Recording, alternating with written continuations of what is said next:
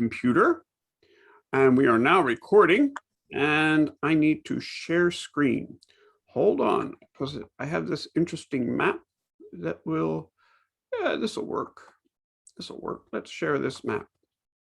So here we are. We're looking at a map. We're looking at a map of the second missionary journey. This comes from a Missouri Synod parish in the state of Missouri, Kimberly Way, and their map was out there. So I borrowed it and I gave them credit to say, here we are. This is a really neat, helpful map for me right now as I look at where Paul is moving as he's moving across what we would call modern day Greece. And when you look up where you see Macedonia, you see Neapolis, which is simply meaning the new city, Philippi, and then he heads to Amphipolis, and then Apollonia, and then Thessalonica. So Paul is on his way, and he's going to be in Thessalonica and Berea today. And that's what we're going to look at in Acts chapter 17. So we're on the Aegean Sea, very beautiful, very, very, very, very beautiful part of the world. Never been there, but someday maybe it will happen. But here's Paul's second journey, headed from Philippi. And so he's there to Amphipolis and Apollonia and into Thessalonica and Berea. And I'm going to bring this all together because there's a very interesting point here. So we look at Acts chapter 17, and it says, after they traveled through Amphipolis and Apollonia, they came to Thessalonica. So these are the places that are named, and they're on our map, so we can actually pinpoint where Paul is moving. Where Paul is moving across northern, what we would say today is modern Greece. So he's moving across northern Greece, and they came to Thessalonica, where there was a Jewish synagogue. And we're getting used to this pattern in the book of Acts. When Paul arrives in a new city, what he's going to look for is, I'm going to look for a Jewish synagogue. If I don't have a synagogue and there are Jews present, they will probably gather near a river for prayers. So he has this, there was a Jewish synagogue. Paul went to the Jews in the synagogue, as he customarily did. Luke is being very honest here, and he said, and on 3 Sabbath days he addressed them from the scriptures. So Paul was in Thessalonica for 3 weeks. He was there already for 3 Sabbaths. So he's there for 3 weeks, explaining and demonstrating that Christ had to suffer and to rise from the dead. This is something new.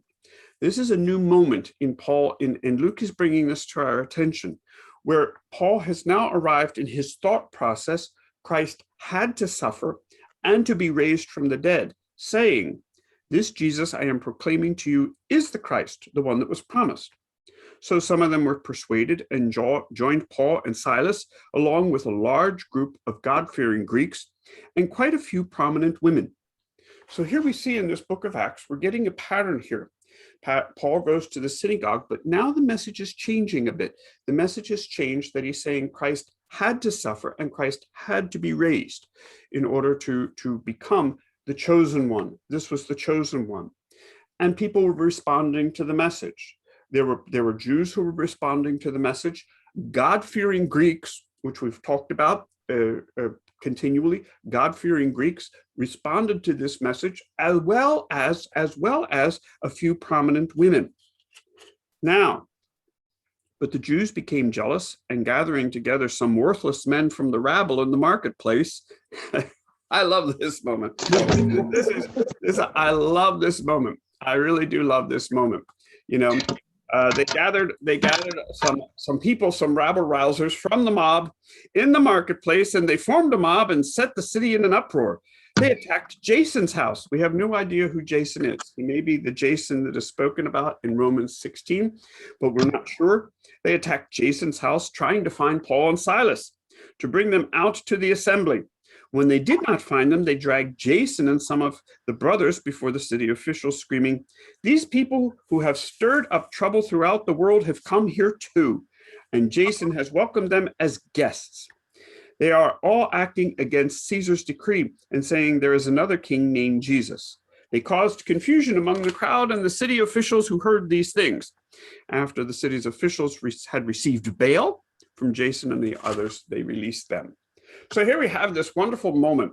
There were people who were upset at the message that was delivered by Paul and Silas on 3 Sabbaths, where he's talking about this Jesus had to come, had to suffer, had to be raised in order to be proclaimed the anointed one, the one that was promised. And so then the people who are upset with the message, they find, I love this, they find some worthless men from the rabble in the marketplace, and they formed a mob and set the city in an uproar.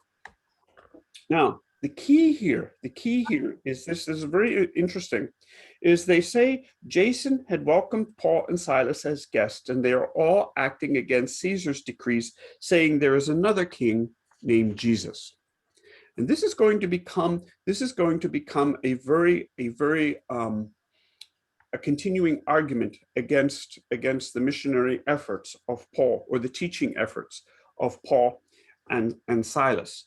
In other words, there is one king, there is one emperor, that is Caesar. These men are saying there's another king named Jesus. And why I find that interesting is it goes back to Acts chapter 12. If you remember, in Acts chapter 12, we were introduced to a person called Herod Julius Agrippa, or as we commonly refer to him as Agrippa I. He rules from AD 41 to AD 44. And when you open the book of Acts chapter 12, it says that about that time, King Herod laid hands on some from the church to harm them. He had James, Zebedee, the brother of John, executed with a sword. When he saw that this had pleased the Jews, he proceeded to arrest Peter too. And so this took place during the Feast of Unleavened Bread, the Passover. And when he had seized him, he put him in prison, handing him over to 4 squads of soldiers to guard him. And Herod planned to bring him out for public trial after the Passover. So what you have here is this message that begins to threaten the established status quo. In Acts chapter 12, Herod Agrippa, who is the son of Herod the Great, is threatened by this message, and he has James, Zebedee, the brother of John, executed, throws Peter in prison. And here in Acts chapter 17, what they do is they say, this person, these people, Paul and Silas, have contradicted Caesar's decree, and they're saying there is another king. There is another king here. And so this idea of who do you give your allegiance to, who do you swear your allegiance to, becomes a formula for dissent in the community. So here we have this group of people, who are saying, who are disturbed in Thessalonica. All right. So here we have this moment where it says they caused confusion among the crowd in the city, and officials who heard these things, and the city officials had received bail from Jason and the others, and then they released them. So here we have this idea of a threatening message that they say, well, they're plotting, there's another king other than Caesar, and we find this treasonous. So now what is happening? Verse 10, the brothers sent Paul and Silas off to Berea at once during the night. And when they arrived, they went to the Jewish synagogue. All right, what are we talking about here? Let me share the screen with a different image. There it is. Here's the image I need. This is as large as I can get this image here. So if you focus on this, this is the Via Egnatia. This is a Roman road. This is a Roman road that will run from the Black Sea, which will eventually become Constantinople and later Istanbul, and it will go all the way over to the Adriatic Sea, where you can then sail to Italy. So that red line there, that red line is the red line here is the Roman road, and you see that it goes by Neapolis, Philippi, Amphipolis, Thessalonica. So Paul is following this road with Silas, and they're walking on this road. And you see there's trouble in Thessalonica.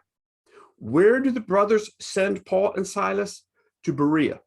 Berea is off the road, because they figure if the rabble-rousers are going to follow, they're going to assume that Paul and Silas are going to walk along this very well-known, very well-established Roman road, and that they will then cause trouble in cities along this road. But then what the brothers do is they send them off the road into Berea. Okay, so they're headed to a place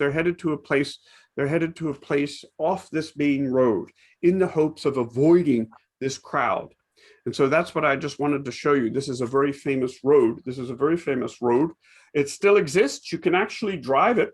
across if you wish to actually follow the journey. This was a very established road, and it will connect with the Appian Way, which is in Italy, which will take you from southern Italy all the way up to Rome. So this is a very famous road. And Paul and Silas are sent off the road. So what happens in Berea? The brothers sent Paul and Silas off to Berea at once during the night. When they arrived, they went to the Jewish synagogue.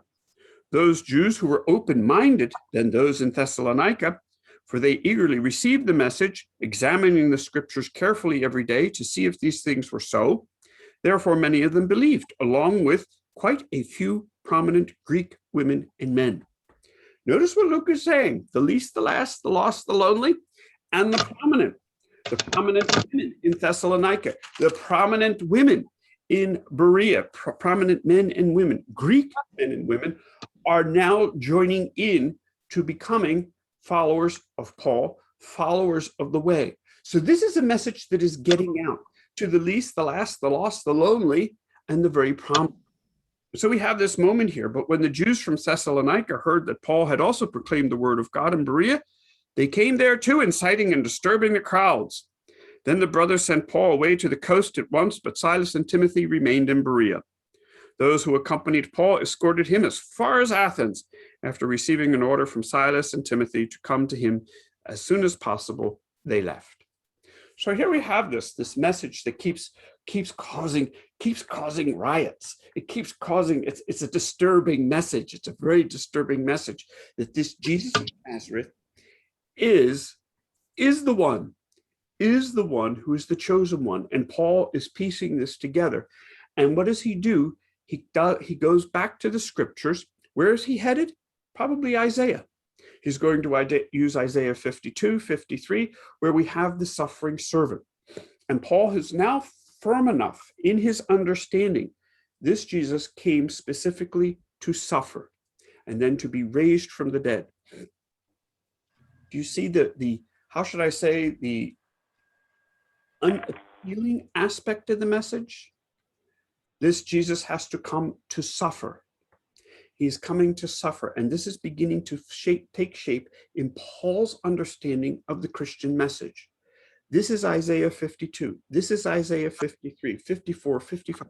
These are the chapters where the suffering servant is talked about.